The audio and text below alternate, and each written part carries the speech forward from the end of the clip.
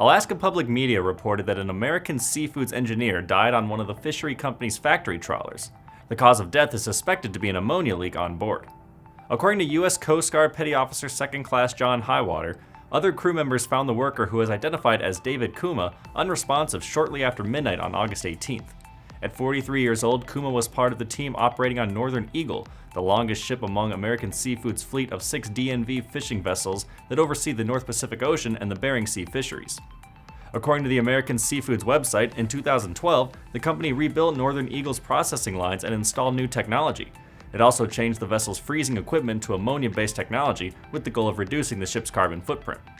The 341-foot single-level vessel, which can hold a crew of 143 and 1,500 metric tons of frozen cargo, was on its way to Unalaska Dutch Harbor when it called the Coast Guard to report Kumah's condition.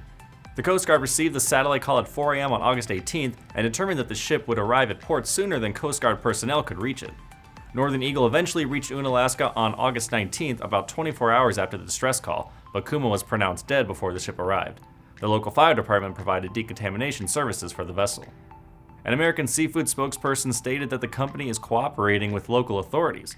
The investigation into the incident involves a joint effort by Alaska State Troopers, the National Oceanic and Atmospheric Administration, and the Coast Guard. I'm Nolan Beilstein, and this is Manufacturing Now.